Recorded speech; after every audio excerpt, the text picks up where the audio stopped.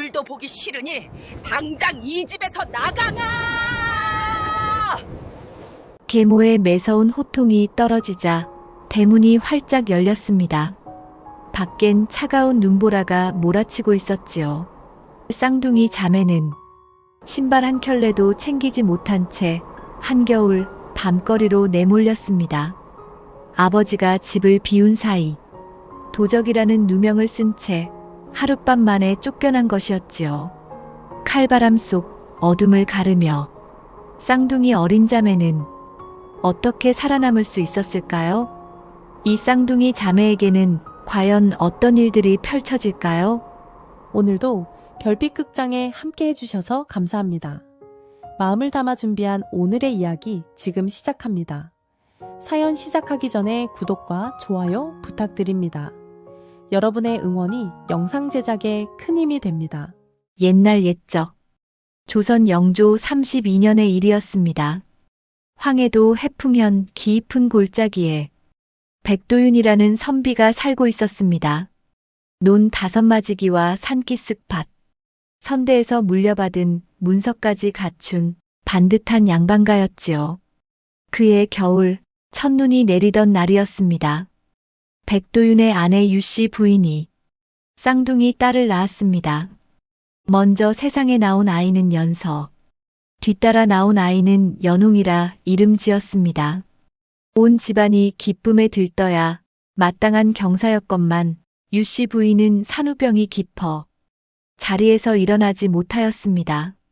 사흘을 넘기지 못하고 유씨 부인은 쌍둥이의 얼굴을 한 번 더 어루만진 뒤 조용히 눈을 감았습니다. 백도윤은 아내의 빈자리 앞에서 소리 없이 울었습니다. 아내를 잃은 뒤로 살림을 돌볼 손이 모자라 집안이 나날이 흐트러져 갔습니다. 젖먹이 둘을 품에 안고 밤새 등잔불 아래 앉아있는 날이 허다하였지요. 이웃집 안악에게 젖을 얻어다 먹이고 떨어진 기저귀를 손수 빨아말리며 하루하루를 버텼습니다. 유씨 부인이 남긴 것이라고는 은비녀 하나뿐이었습니다. 옥잠 끝에 작은 매화꽃이 새겨진 낡았으나 정갈한 비녀였지요.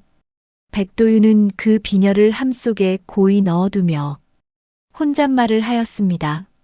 부인, 이 아이들은 내가 반드시 지키겠소. 세월이 흘러 연서와 연홍은 어느덧 10살이 되었습니다. 언니 연서는 눈매가 서늘하고 말수가 적었으나 한번 마음먹은 일은 끝까지 해내는 성미를 지녔습니다.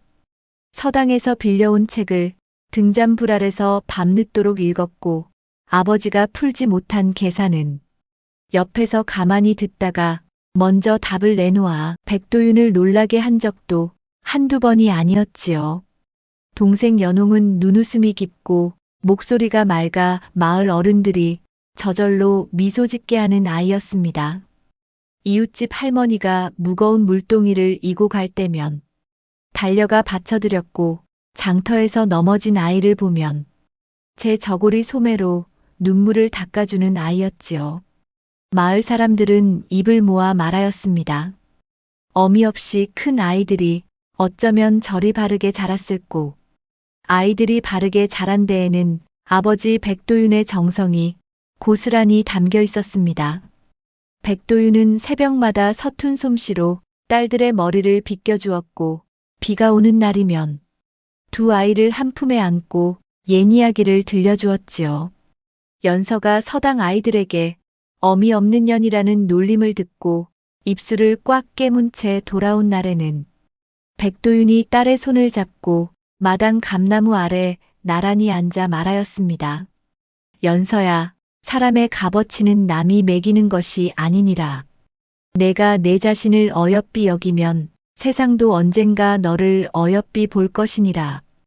연홍이 아버지의 생일날 부엌에서 혼자 서투르게 국을 끓여 올렸을 때에는 백도윤이 싱겁고 누른 그 국을 마지막 한 모금까지 비우며 웃었습니다.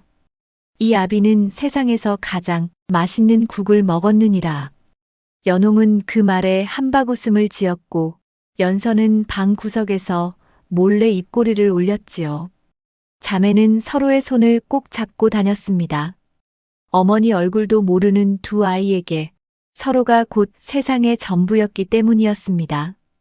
연서는 동생이 추울까봐 자기 이불을 슬며시 덮어주었고, 연홍은 언니가 밥을 거르는 날이면 제 밥그릇에서 반을 덜어 놓았지요.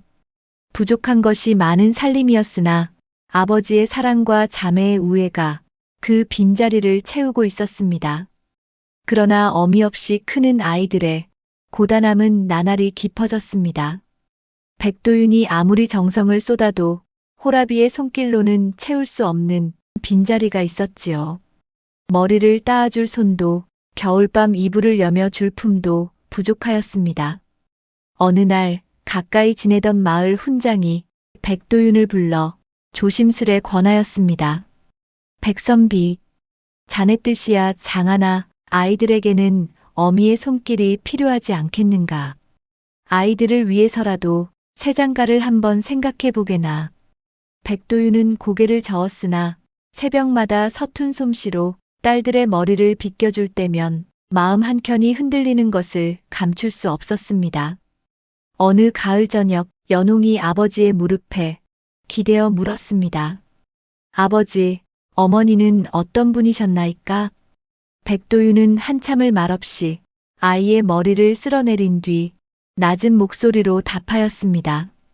세상에서 가장 따뜻한 사람이었느니라. 연서는 방 한켠에서 그 모습을 가만히 바라보았습니다. 아이의 눈빛 속에 알 수 없는 불안이 어려 있는 것을 아버지는 미처 알아채지 못하였습니다. 해풍연의 하늘이 점점 어두워지고 있었습니다. 그 어둠이 무엇을 데려올지 아직은 아무도 몰랐습니다. 얼마 후 백도윤이 새장가를 들었다는 소문은 해풍연 장터의 삽시간에 퍼졌습니다. 새어머니는 이웃 고을 출신의 오씨 부인이었습니다. 나이 30에 홀로 된 몸으로 중매쟁이의 입을 통해 백도윤의 집 사정을 낱낱이 알고 들어온 여인이었지요. 논 5마지기와 산기 쓱박, 선대문서까지 갖춘 양반가라는 말에 오씨 부인의 눈이 번뜩였던 것이었습니다. 혼례를 올린 첫날 오씨 부인은 연서와 연홍 앞에 무릎을 낮추고 두 손을 잡아주었습니다. 앞으로 내가 너희 어미가 되마. 배고프지 않게 춥지 않게 해주마. 연홍은 그 따스한 손길에 금세 마음을 열었고 연서는 고개만 살짝 숙여 인사를 올렸습니다. 하인들 앞에서도 오씨 부인은 자매를 친딸처럼 챙기는 모습을 보였습니다. 밥상에 나물 한 접시라도 더 올리고 빨래를 거들어주며 인자한 웃음을 잃지 않았지요. 마을 사람들은 입을 모아 칭찬하였습니다. 백선비가 복을 타고났구먼. 저리 마음씨 고운 후처를 얻다니. 백도윤도 비로소 오랜 시름을 내려놓는 듯 하였습니다. 저녁마다 아내와 마주 앉아 차를 마시는 날이 늘었고 얼굴에 핏기가 돌기 시작하였지요. 그러나 오씨 부인의 속내는 따로 있었습니다. 혼례 전부터 이 집에 남아있는 논밭의 소출과 선대 문서의 값어치를 꼼꼼히 따져둔 여인이었습니다. 이듬해 봄, 오씨 부인이 아들을 낳았습니다. 백도윤은 기뻐하였으나 오씨 부인의 눈빛은 기쁨보다 계산에 가까웠습니다. 아들을 품에 안은 채 홀로 중얼거렸지요. 적자는 하나여야 한다. 이 집안의 것은 모두 내 아들 차지가 되어야 하느니라. 그 무렵부터 집안 풍경이 조금씩 달라지기 시작하였습니다. 자매에게 돌아가던 일거리가 부쩍 늘었습니다. 새벽닭이 울기도 전에 연홍을 깨워 부엌에서 불을 지피게 하였고 연서에게는 우물에서 물을 길어오게 하였습니다. 한겨울 꽁꽁 언 우물에서 두레박을 내리는 일은 어른도 손이 시린 일이었으나 오씨 부인은 물동이가 가득 찰 때까지 방 안으로 들이지 않았지요. 연서의 손이 갈라져 피가 맺혀도 오씨 부인은 눈길 한번 주지 않았습니다. 낮에는 빨래와 마당 쓸기를 시키고 저녁에는 아궁이 재를 치우게 하였습니다. 연웅이 빨래를 널다가 저고리에 물이 튀기라도 하면 오씨 부인은 눈을 부라리며 호통을 쳤습니다. 이것도 제대로 못하느냐. 다시 빨아오너라. 한 번 빨아온 것을 2번, 3번 다시 시키는 날도 있었지요. 연웅의 손가락이 부러터져 접히지 않을 때에야 겨우 고개를 돌렸습니다. 밥상에서도 차별은 노골적이었습니다. 오씨 부인의 친아들에게는 흰쌀밥에 고기 반찬이 올랐으나 자매의 밥그릇에는 보리밥과 된장 한 종지뿐이었지요. 연웅이 반찬 접시 쪽으로 젓가락을 뻗으면 오씨 부인이 날카로운 눈으로 쏘아보았습니다. 연웅은 슬며시 손을 거두어야 하였지요. 연서가 동생의 밥그릇에 자기 된장을 덜어주는 것이 자매가 할 수 있는 전부였습니다. 백도윤이 곁에 있을 때면 오씨 부인은 여전히 다정한 목소리로 자매를 불렀습니다. 연서야, 연웅아, 고생이 많구나. 어서 와서 밥 먹거라. 자매 앞에 나물 한 접시를 더 올리며 인자한 웃음을 지었지요. 백도윤은 그 모습에 안심하여 고개를 끄덕이곤 하였습니다. 그러나 백도윤이 서당에 나가거나 한양에 볼 일이 있어 자리를 비우면 오씨 부인의 얼굴에서 웃음이 싹 거쳤습니다. 찬바람 같은 눈으로 자매를 내려다보며 퉁명스레 내뱉었지요. 느릿느릿 움직이지 말고 빨리 해치우거라. 밥값도 못하는 것들이. 밤이 깊어지면 오씨 부인은 등잔불 아래 재산장부를 펼쳐놓고 한 장 한 장 넘기곤 하였습니다. 논밭의 소출, 곡간의 곡식, 선대 문서의 행방까지 빠짐없이 살폈지요. 가끔 친정에서 사람이 오는 날이면 오씨 부인의 얼굴이 유난히 굳었습니다. 친정 사람과 골방에서 한참을 소곤거리다 나온 뒤에는 곡간 열쇠를 만지작거리며 혼잣말을 하곤 하였습니다. 이것으로도 모자란단 말이냐.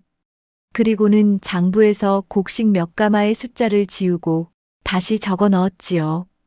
그날 밤이었습니다. 목이 말라 부엌으로 가던 연서가 안방 문틈 사이로 그 장면을 보았습니다. 오씨 부인이 장부의 숫자를 고쳐 쓰는 손끝과 곡간 열쇠를 움켜쥔 채 초조하게 입술을 깨무는 얼굴이 등잔불에 비쳐 또렷이 보였지요. 연서는 숨을 죽인 채 그 자리에 얼어붙었습니다. 아이는 아직 어렸으나 무엇인가 크게 잘못되어 가고 있음을 온몸으로 느꼈습니다. 그런데 연서가 돌아서려는 순간 마루 널빤지가 삐걱 소리를 냈습니다. 오씨 부인의 고개가 번개처럼 돌아갔습니다. 문틈 너머로 두 사람의 눈이 마주쳤지요. 찰나의 정적이 흐른 뒤 오씨 부인의 눈빛이 싸늘하게 가라앉았습니다. 연서는 아무 말 없이 고개를 숙이고 골방으로 돌아갔습니다. 그날 이후 오씨 부인의 눈에는 새로운 빛이 서려 있었습니다. 자매를 바라보는 시선이 냉대를 넘어 무언가를 결심한 사람의 것으로 바뀌어 있었지요. 오씨 부인은 등잔불을 끄며 낮게 중얼거렸습니다. 저것들을 이 집에 두어서는 안 되겠구나. 그 결심이 실행에 옮겨지기까지는 오래 걸리지 않았습니다. 백도윤이 한양으로 떠나는 날만을 오씨 부인은 이를 악물고 기다리고 있었습니다. 그해 겨울 백도윤이 한양으로 떠났습니다. 오랜 벗에 상을 치르기 위한 길이라 보름은 넘게 걸릴 여정이었지요. 아버지가 떠나던 날 아침 연홍은 대문 앞까지 따라 나가 옷자락을 붙잡았습니다. 아버지, 부디 무탈히 다녀오시옵소서. 백도윤은 두 딸의 머리를 한 번씩 쓸어내리고는 눈길을 밟으며 고갯마루 너머로 사라졌습니다. 아버지의 등이 보이지 않게 된 바로 그날 밤이었습니다. 오씨 부인이 안방 뒤주에서 은전 선양이 사라졌다며 집안을 뒤집어 놓았습니다. 하인들을 마당에 세우고 광을 뒤지고 부엌 항아리까지 들추며 호통을 쳤지요. 그러나 오씨 부인의 눈길이 마지막으로 향한 곳은 자매가 쓰는 골방이었습니다. 이리 나오너라. 오씨 부인의 목소리는 차갑기가 한겨울 우물물 같았습니다. 연서와 연웅이 방에서 나오자 오씨 부인은 두 아이 앞에 은전이 담겨있던 빈 주머니를 던졌습니다. 이것이 너희 방 문지방 아래서 나왔느니라. 변명할 말이 있느냐. 연서가 이를 악물고 대답하였습니다. 어머니, 저희는 그 돈에 손을 댄 적이 없사옵니다. 그러나 오씨 부인은 듣지 않았습니다. 아니, 들을 생각이 처음부터 없었습니다. 매질이 시작되었습니다. 회초리가 연웅의 종아리를 때릴 때마다 마당에 울음소리가 퍼졌습니다. 연서는 이를 꽉 깨물고 소리를 삼켰으나 어깨가 부들부들 떨리는 것은 감출 수 없었습니다. 오씨 부인은 매질을 멈추고 한층 더 낮은 목소리로 내뱉었습니다. 너희가 돈 훔친 것만 가지고 이러는 줄 아느냐. 장터 도적대와 어울려 다닌다는 소문이 파다하더구나. 이 집에 도적의 씨앗을 둘 수는 없어. 연홍이 무릎을 꿇고 울부짖었습니다. 어머니, 그런 일은 없었습니다. 제발 믿어주세요. 오씨 부인은 대꾸 없이 대문을 활짝 열어젖혔습니다. 밖에는 눈보라가 몰아치고 있었습니다.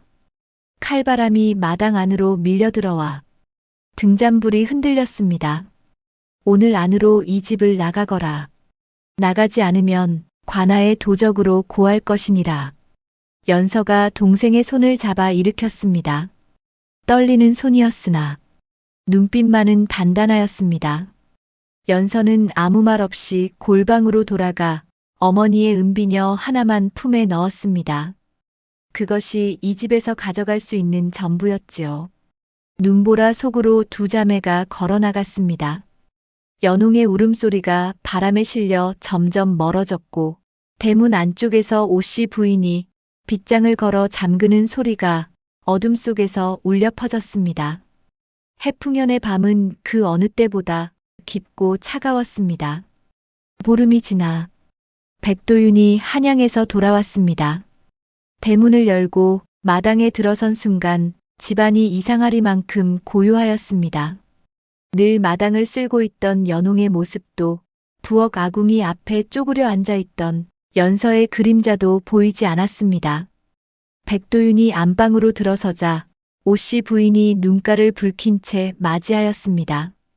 품에는 어린 아들을 안고 있었지요.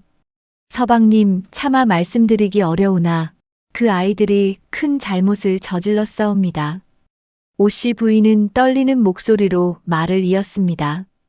안방 뒤주에서 은전 선양이 사라졌으며 아이들을 추궁하니 스스로 죄를 인정하고는 한밤중에 도망쳤다는 것이었습니다. 백도윤의 얼굴이 하얗게 질렸습니다. 그것이 무슨 소리요? 연서와 연웅이 그럴 리가 없소. 오씨 부인은 고개를 떨구며 한숨을 내쉬었습니다. 저도 믿고 싶지 않았사옵니다. 허나 장터 사람들 사이에 이미 소문이 돌고 있사옵니다. 두 아이가 도적대와 한패가 되어 어울려 다녔다 하옵니다. 오씨 부인의 눈에서 눈물이 흘러내렸습니다. 그 눈물이 진심인지 거짓인지 백도윤은 분간할 겨를이 없었습니다. 백도윤은 그 길로 집신을 꿰어 신고 마을을 돌아다녔습니다.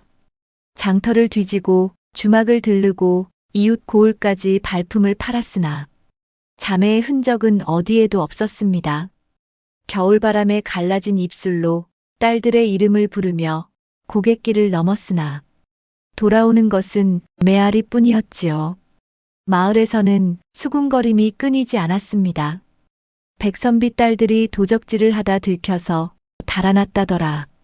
쌍둥이가 장터 건달패와 어울렸다는 게 사실인 게야. 아무도 진실을 확인하려 하지 않았습니다. 소문은 눈덩이처럼 불어나 어느새 사실이 되어버렸습니다. 백도윤은 사흘째 밥을 입에 대지 못하였습니다. 숟가락을 들다가도 빈 골방을 바라보며 젓가락을 내려놓았지요. 밤이면 등잔불 아래 앉아 유씨 부인의 은비녀가 있던 비남을 들여다보았습니다. 비녀마저 사라진 것을 보고 백도윤은 중얼거렸습니다. 연서야, 내가 이것을 가져간 것이냐? 그렇다면 살아있다는 뜻이겠지. 그러나 희망은 오래가지 못하였습니다. 찾아 나설 때마다 빈손으로 돌아오기를 거듭하자 백도윤의 몸이 급격히 쇠약해지기 시작하였습니다. 기침이 잦아지고 다리에 힘이 빠져 지팡이 없이는 마당을 건너기도 어려워졌지요. 병석에 누운 백도윤 곁에서 오씨 부인은 친아들에게만 미음을 떠먹이며 조용히 재산 장부를 넘기고 있었습니다. 그 장부 위로 등잔불 그림자가 길게 드리워졌습니다. 눈보라 속에 쫓겨난 그 밤, 자매는 밤새 걸었습니다. 맨발에 가까운 집시는 금세 젖어 터졌고 연웅의 발 뒤꿈치에서는 피가 배어 나왔습니다. 연서는 동생의 팔을 자신의 어깨에 걸치고 이를 악물며 걸음을 옮겼습니다. 새벽녘에 이르러 겨우 다다른 곳은 해풍현에서 40리나 떨어진 낯선 장터 어귀였습니다. 첫날부터 굶주림이 덮쳤습니다. 장터 국밥집 뒤편에 버려진 시래기 줄기를 주워 씹었으나 빈속에는 쓴물만 올라왔지요. 연홍이 국밥집 주인에게 무릎을 꿇고 그릇이라도 씻게 해달라고 사정하였습니다. 주인은 코웃음을 쳤으나 연홍이 새벽부터 밤까지 한마디 불평 없이 그릇을 닦아내자 이튿날부터 찬밥 한 덩이를 내어주었습니다. 연홍은 그 찬밥을 언제나 반으로 쪼개어 언니에게 먼저 내밀었지요. 연서는 포목점 앞에서 짐 나르는 일을 얻었습니다. 10살배기의 팔로 어른 짐꾼의 절반도 들 수 없었으나 쉬지 않고 오가며 하루에 좁쌀 한 대를 겨우 벌었습니다. 어깨가 붓고 손바닥에 물집이 잡혀 터질 때면 이를 꽉 깨물며 속으로 되뇌었지요. 도적이 되지 말자, 떳떳하게 살아남자. 그의 겨울이 가장 혹독하였습니다. 장터 구석 허물어진 광 안에서 볏짚을 깔고 잠을 청하였으나 새벽이면 숨결이 하얗게 얼어붙었습니다. 연홍이 열병에 걸려 사흘을 알아 누웠을 때 연서는 밤새 동생의 이마에 냉수 적신 헝겊을 올리며 눈을 붙이지 못하였습니다.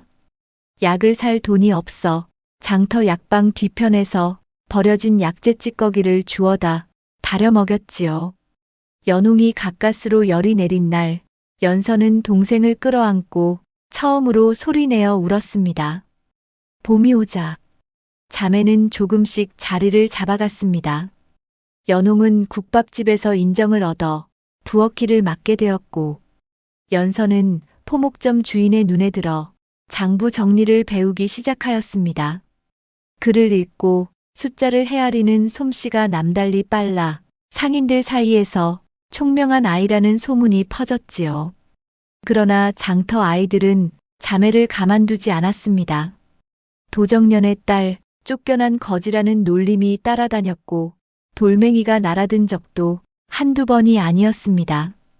연홍이 울먹이면 연서가 동생의 손을 꼭 잡고 말하였습니다. 모르는 사람들의 말에 무너지지 말거라. 우리가 누구인지는 우리가 가장 잘 아느니라. 그렇게 열해가 흘렀습니다. 연홍은 어느새 장터에서 소문난 일꾼이 되었습니다. 무거운 짐도 마다하지 않고 거친 손으로 무엇이든 해내는 씩씩한 처자였지요. 연서는 포목점의 살림을 도맡아 꾸릴 만큼 장부의 밝은 처자로 성장하였습니다.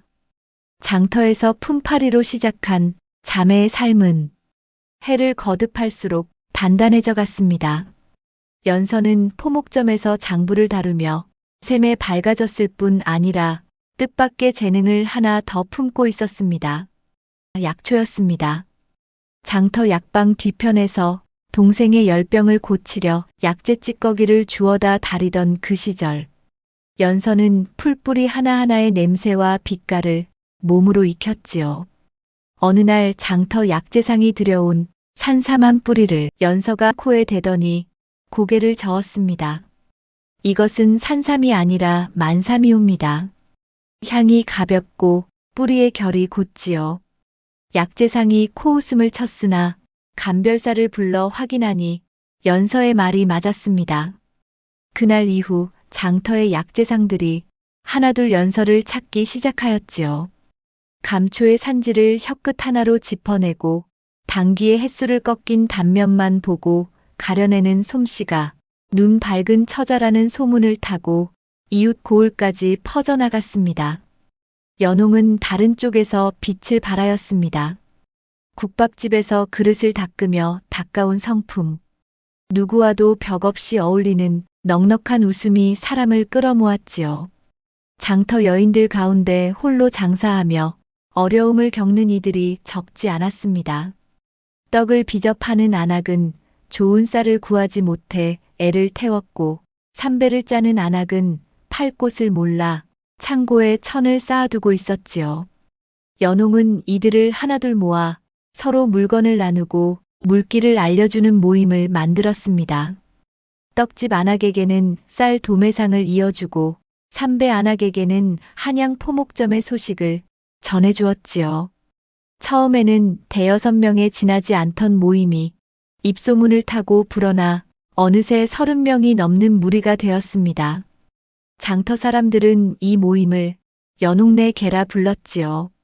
자매가 23이 되던 해 연서의 약초 감별 솜씨와 연홍의 사람 모으는 재주가 하나로 합쳐졌습니다. 둘은 힘을 모아 약재를 전문으로 다루는 상단을 세웠습니다. 이름은 연화상단이라 지었지요. 연서의 연자와 연홍의 연자, 그리고 어머니의 비녀에 새겨진 매화꽃에서 화자를 따온 것이었습니다. 첫 거래는 보잘것이 없었습니다. 산골 약초꾼에게서 황기 10근을 사들여 읍내 약방에 넘긴 것이 전부였지요.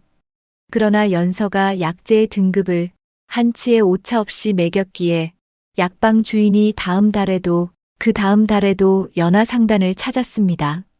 상단은 빠르게 세를 넓혀갔습니다.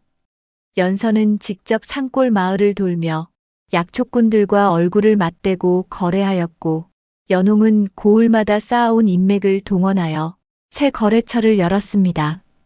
2년 만에 황해도 5고을에 거래처가 생겼고, 3년째에는 약재 유통의 절반 가까이를 연화상단이 쥐게 되었지요. 소문은 한양까지 닿았습니다.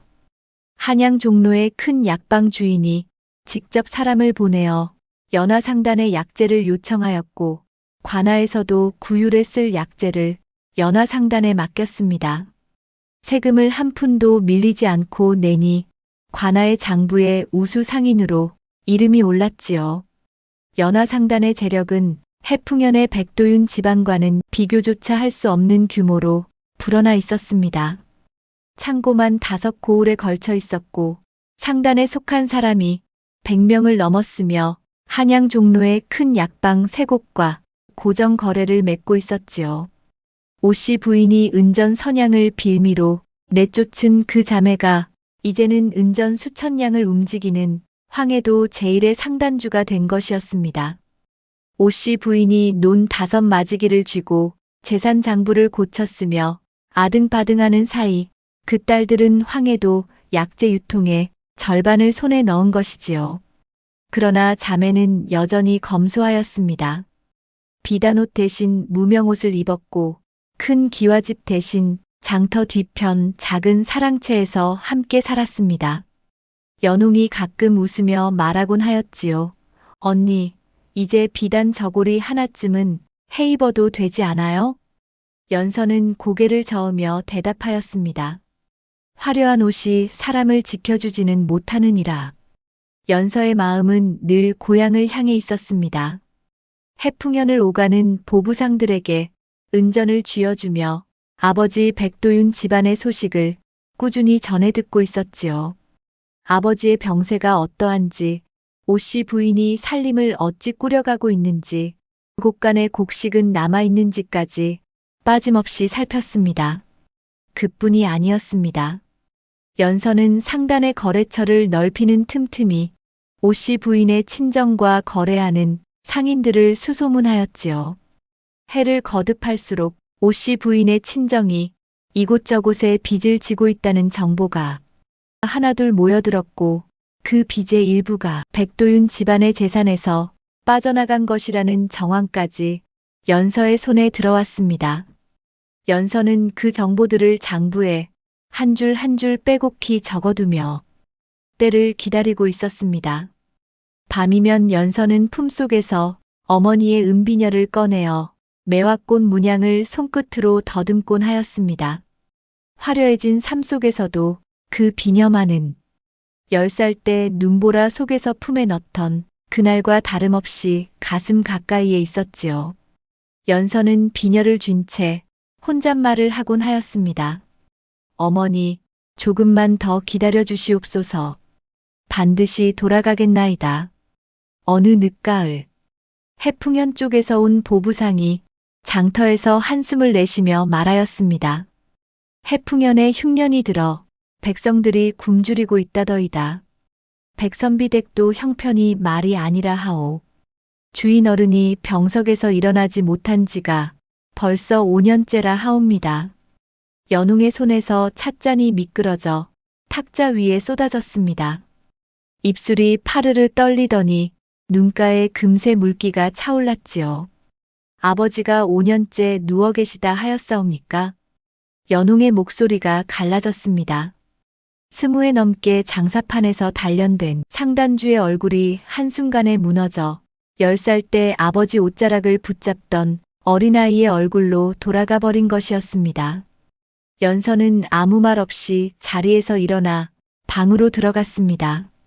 함 속에서 어머니의 은비녀를 꺼내어 손바닥 위에 올려놓았지요.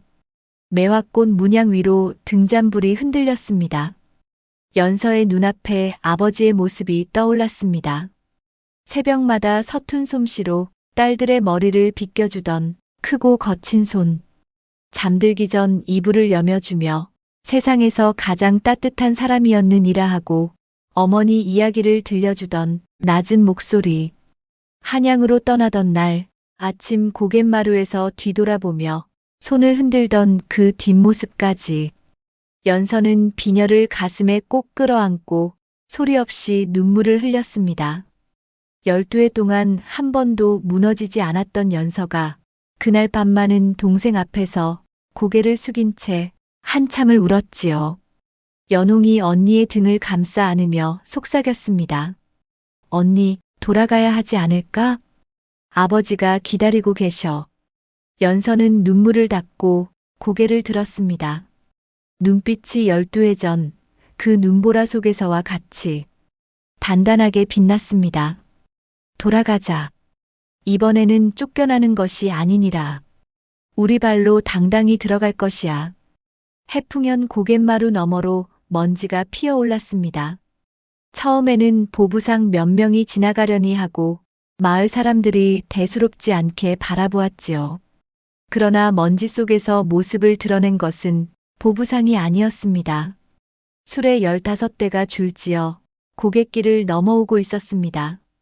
맨 앞 수레에는 곡식가마가 산처럼 쌓여 있었고 그 뒤로 약재 보따리를 진 짐꾼들이 끝이 보이지 않을 만큼 길게 늘어서 있었지요. 행렬의 선두에 펄럭이는 깃발에는 연화상단이라는 네 글자가 선명하게 새겨져 있었습니다. 고갯마루에서 내려다보는 해풍현의 풍경은 12해 전 그 밤과 다를 것이 없었습니다. 다만 그때는 집신도 제대로 신지 못한 두 아이가 눈보라 속에 쫓겨 넘던 길을 이제는 수레 15대를 이끌고 넘어오고 있었지요. 해풍현 장터에 행렬이 들어서자 장터 어귀의 사람들이 하나둘 걸음을 멈추었습니다. 흉년에 굶주려 낯빛이 누렇게 뜬 안악이 곡식 가마를 보고 멍하니 서 있었고 주막 앞에 쪼그려 앉아있던 노인이 지팡이를 짚고 천천히 일어섰지요. 저것이 무엇이냐? 어느 상단이 저 많은 곡식을 싣고 온 것이냐? 웅성거림이 장터 골목마다 퍼져나갔습니다. 수레가 장터 한복판에 멈추었습니다. 맨 앞 수레에서 무명옷 차림의 여인 둘이 내렸습니다. 연홍이 수레 위에 올라서서 장터를 둘러보았습니다. 12해 전 이 장터 골목에서 도정년의 딸이라 불리며 돌멩이를 맞던 그 자리였지요. 연홍은 깊이 숨을 들이쉬고 입을 열었습니다. 해풍현 백성 여러분, 연화상단이 구휼미와 약재를 가져왔사옵니다. 굶주린 분은 누구든 오시옵소서. 한 푼도 받지 않겠사옵니다. 그 목소리는 12해 전 울음을 삼키던 소녀의 것이 아니었습니다. 황해도 제1의 상단을 이끌어온 상단주의 당당하고 우렁찬 목소리였습니다. 장터가 순식간에 술렁였습니다. 처음에는 믿지 못하고 멀찍이 서서 바라보기만 하던 사람들이, 짐꾼들이 수레에서 곡식 가마를 내리기 시작하자 하나둘 다가왔지요. 장터 한쪽에 큰 가마솥 3개가 걸리고 뜨거운 죽이 끓기 시작하였습니다. 굶주린 아이들이 사발을 들고 줄을 섰고 허리가 굽은 노인들이 떨리는 손으로 죽을 받아들었습니다. 사발을 받아든 아이가 한 모금 들이키고는 뜨겁다 하며 웃었을 때 연홍의 눈가에 물기가 어렸지요. 12해 전 자신도 저렇게 굶주린 아이였기 때문이었습니다. 연서는 장터 반대편에 약재를 풀어놓고 병든 이들을 살폈습니다. 열병에 시달리는 안악의 맥을 짚어 약탕을 다려주고 기침이 끊이지 않는 노인에게는 약재를 싸서 쥐어주었지요. 종기가 골마 걷지 못하던 사내가 연서의 약을 바르고 사흘 만에 다시 걸었다는 소문이 퍼지자 이웃 고을에서까지 사람들이 찾아오기 시작하였습니다. 닷새가 지나자 장터에는 연화상단 은인이라는 말이 입에서 입으로 퍼져나갔습니다. 고을 수령까지 직접 장터를 찾아와 자매 앞에서 고개를 숙여 감사를 표하였지요. 두 상단주의 은덕으로 이 고을 백성이 목숨을 건졌소. 이 은혜를 관아에서 잊지 않겠소. 수령은 그 자리에서 자매를 관아로 초대하였습니다. 관아 사랑방에 차가 있는 상이 놓이고 수령이 직접 찻잔을 건네며 입을 열었지요. 황해도에서 연화상단이란 이름을 모르는 사람이 없소. 그런 상단이 어찌 이 작은 고을에 이토록 큰 은혜를 베풀게 된 것이오. 연홍이 찻잔을 내려놓으며 조용히 대답하였습니다. 나으리, 저희는 본래 이 고을 사람이옵니다. 수령의 눈이 커졌습니다. 이 고을 출신이라 하였소? 연서가 차분히 말을 이었습니다. 저희 아버지는 이 고을에 사는 선비 백도윤이옵니다. 어린 시절 사정이 있어 고을을 떠났으나 태어나고 자란 곳을 한 번도 잊은 적이 없사옵니다. 수령은 찻잔을 든 채 한참을 말이 없었습니다. 백도윤이라는 이름은 수령도 알고 있었지요. 오래 병석에 누워있는 양반가 선비라는 것, 그리고 후처 오씨 부인이 집안 살림을 도맡고 있다는 것까지. 수령이 천천히 고개를 끄덕이며 말하였습니다. 백선비의 딸들이었구려. 그래서 이 고을 백성들을 이리 살뜰히 돌본 것이오. 연홍의 눈가가 붉어졌고 연서는 찻잔을 감싸 쥔 채 고개를 숙였습니다. 수령이 찻잔을 내려놓으며 조심스레 물었습니다. 어린 시절 사정이 있어 떠났다 하였는데 혹시 그 사정을 들을 수 있겠소? 연서가 고개를 들어 수령의 눈을 가만히 바라보았습니다. 그 눈빛 속에 12해의 세월이 고스란히 담겨 있었지요. 그러나 연서는 입을 열지 않았습니다. 아직은 때가 아니었기 때문이었습니다. 연서는 대신 찻잔을 들어 조용히 한 모금을 마신 뒤 말하였습니다. 나으리, 머지않아 모든 것을 아시게 될 것이옵니다. 그날 밤 오씨 부인의 귀에 장터 안악의 수군거림이 비로소 닿았습니다. 연화상단의 두 상단주가 백선비의 딸이라 하더라. 오씨 부인의 얼굴에서 핏기가 싹 빠졌습니다. 12해 전 눈보라 속에 내쫓은 그 아이들이 고을을 살린 은인이 되어 돌아온 것이었습니다. 이튿날 아침 오씨 부인의 비명이 집안을 찢었습니다. 도적이 돌아왔느니라. 도적년들이 이 집을 노리고 돌아왔느니라. 오씨 부인은 병석에 누운 백도윤의 방으로 달려가 남편의 팔을 흔들었습니다. 서방님, 정신을 차리시옵소서. 옛날 은전을 훔치고 도적대와 어울려 달아났던 그년들이 돌아왔사옵니다.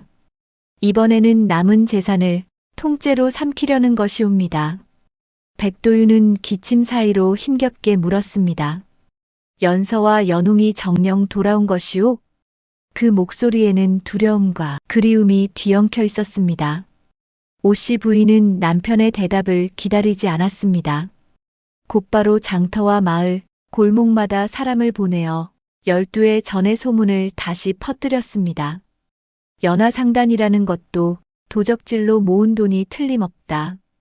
은전 선양을 훔쳐 달아난 것이 시작이었지. 흉년에 굶주리던 백성들 가운데 일부가 동요하기 시작하였습니다. 배를 채워준 은혜와 귀에 익은 옛 소문 사이에서 마음이 갈라지는 것이었지요.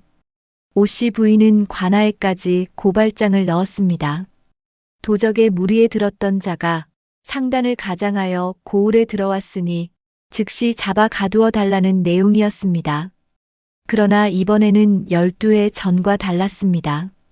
고을 수령은 고발장을 읽고 한참 동안 말이 없었습니다. 종이를 내려놓고 창밖을 바라보며 깊은 생각에 잠겼지요.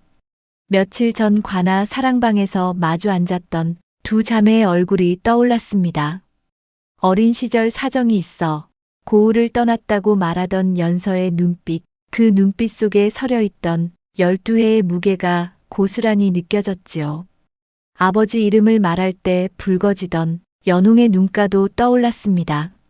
수령은 고발장을 다시 한번 들여다보았습니다. 도적, 도둑, 한패, 고발장에 빼곡히 적힌 거친 말들과 흉년에 굶주린 백성들을 한 푼도 받지 않고 살려낸 두 자매의 모습이 도무지 겹쳐지지 않았습니다. 수령은 조용히 한숨을 내쉬더니 고개를 내저었지요. 흉년의 백성을 살린 은인을 함부로 잡아들일 수는 없느니라. 양측의 말을 모두 들어야 하겠다. 공개 자리를 마련하겠노라. 수령의 목소리에는 이미 사정을 짐작한 사람의 무게가 실려 있었습니다. 소식을 들은 연웅이 장터 사랑채에서 주먹을 내리쳤습니다. 12회가 지나도 그분은 변하지 않았어요. 언니, 이번에는 끝을 내야 하지 않을까요? 연웅의 눈에 불꽃이 일었습니다. 연서는 탁자 위에 놓인 장부를 가만히 내려다보며 입꼬리를 올렸습니다. 차분하되 단호한 얼굴이었지요. 서두르지 말거라. 우리에게는 준비한 것이 있느니라. 공개 신문이 열리는 날 관아 마루에 백성들이 구름처럼 몰려들었습니다. 오씨 부인은 비단 저고리를 차려입고 마루 왼편에 앉았고 연서와 연웅은 무명옷 차림으로 오른편에 나란히 무릎을 꿇었습니다. 마루 한켠에서 하인에게 부축을 받은 백도윤이 힘겹게 몸을 기대고 앉아 있었습니다. 종이장 같은 손이 부들부들 떨리고 있었으나 두 눈만은 딸들의 얼굴에서 떨어지지 않았지요. 오씨 부인이 재산을 지키려 날카로운 목소리를 높이는 사이 마당의 공기가 팽팽하게 당겨졌습니다. 모든 것이 무너질 듯한 긴장이 관아를 가득 채운 그 순간 연서가 천천히 고개를 들었습니다. 연서가 입을 열었습니다. 목소리는 낮았으나 관아 마루 구석구석까지 또렷이 울렸습니다. 나으리, 저희가 도적이라 하셨사옵니다. 그렇다면 한 가지 여쭙겠나이다. 이 고을의 구율미 수십가마와 약재를 풀어 백성을 살린 곡식은 도적질로 얻은 것이옵니까? 수령이 천천히 고개를 저었습니다. 연하상단은 세금을 한 푼도 밀리지 않고 낸 우수 상단이니라. 도적질로 이룬 것이 아님은 관아의 장부가 증명하고 있느니라. 오씨 부인의 입술이 바르르 떨렸습니다. 연서는 대꾸하지 않고 품속에서 두루마리 하나를 꺼내었습니다. 이것은 오씨 부인의 빈 문서이옵니다. 마당이 술렁였습니다. 연서가 두루마리를 펼치며 말을 이었습니다. 오씨 부인은 지난 수년간 친정 오가와 몰래 거래를 하며 큰 빚을 졌사옵니다. 이 집의 논밭을 담보로 잡히고 곳간의 곡식을 빼돌려 갚아왔으나 빚은 줄지 않았지요. 연하상단은 이미 이 빚문서를 모두 사들였사옵니다. 오씨 부인의 얼굴이 하얗게 질렸습니다. 그것이 무슨 소리냐 거짓이니라. 그러나 연웅이 자리에서 일어나 재산장부 한 건을 수령 앞에 내밀었습니다. 나으리, 이것은 오씨 부인이 직접 쓴 재산장부이옵니다. 논밭과 곡식의 수량이 호적 대장의 기록과 다르옵니다. 재산을 빼돌려 빚 갚는데 사용한 것이 낱낱이 적혀 있사옵니다. 수령이 장부를 받아들고 한 장 한 장 넘기는 동안 관아 마당에는 기침소리 하나 들리지 않았습니다. 그때 마당 뒤편에서 한 사람이 비틀거리며 앞으로 나왔습니다. 백도윤의 집에서 오래 일했던 늙은 하인 칠복이었습니다. 칠복은 마루 앞에 엎드려 이마를 땅에 대고 떨리는 목소리로 말하였습니다. 소인이 양심을 속이고 살아온 죄를 아뢰겠나이다. 12년 전 그날 밤 은전을 두 아가씨 골방에 숨긴 것은 오씨 마님의 명이었사옵니다. 소인이 직접 문지방 아래에 넣었사옵니다. 두 아가씨는 단 한 푼도 손대지 않았사옵니다. 마당이 웅성거렸습니다. 수령이 오씨 부인에게 시선을 돌렸습니다. 오씨, 할 말이 있느냐?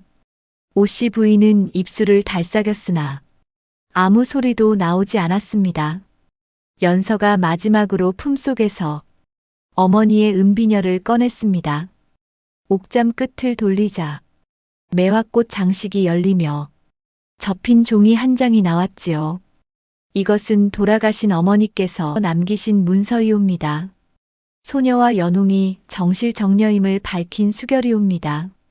수령이 문서를 받아 읽고 호적 대장과 대조하자 호적란에 유씨 소생 자녀라니 누군가의 손에 의해 지워진 흔적이 드러났습니다.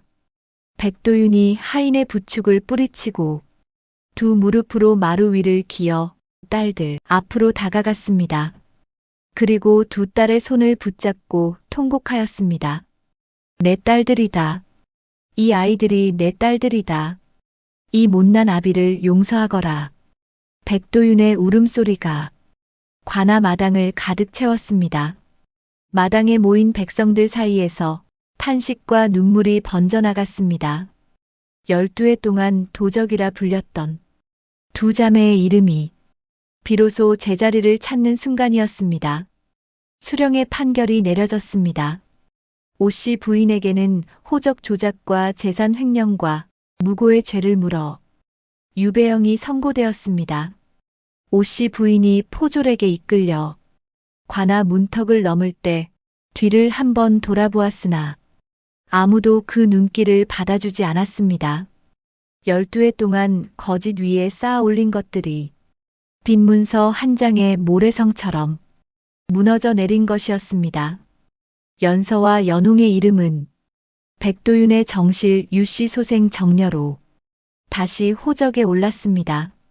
빼돌려졌던 논밭과 곡식이 본래 자리로 돌아왔고 연하상단이 사들인 빈 문서로 가문의 채무가 모두 갚아졌습니다. 자매는 재산만 되찾은 것이 아니라 잃어버린 이름과 아버지의 곁을 되찾은 것이었지요. 백도윤은 집으로 돌아온 뒤에도 여전히 병석에 누워 있었습니다. 기침은 잦았고 몸은 뼈만 앙상하게 남아 있었습니다. 그러나 두 딸이 곁에서 미음을 떠올리고 약재를 다려 올리고 밤새 등잔불을 밝혀 지키자 볼에 조금씩 핏기가 돌기 시작하였습니다. 어느 아침 백도윤이 지팡이에 의지하여 마루 끝에 나와 앉았습니다.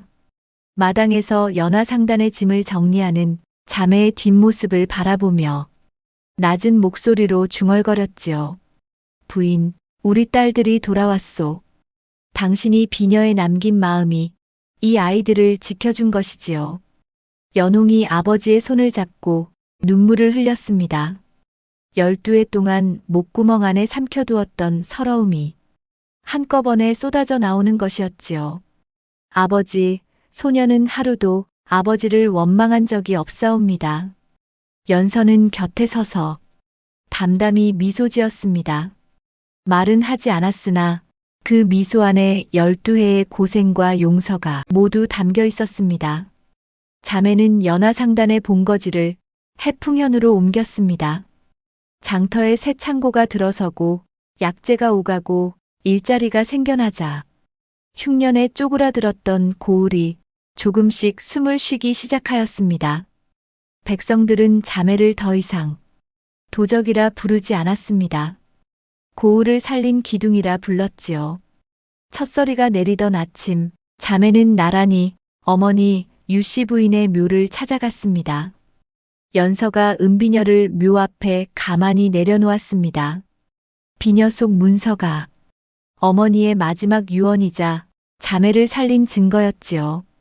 매화꽃 문양 위로 아침 햇살이 내려앉았습니다. 연홍이 묘 앞에 절을 올리며 속삭였습니다. 어머니, 소녀들이 이제야 돌아왔사옵니다. 재산을 탐하여 딸을 내쫓았으나 그 딸들이 제 힘으로 일어서서 도리어 집안을 살렸습니다.